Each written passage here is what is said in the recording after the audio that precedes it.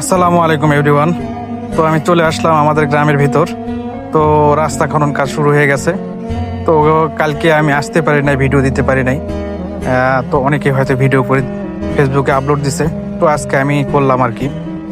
তো সবাই দেখবেন এবং সবার মতামত জানাবেন।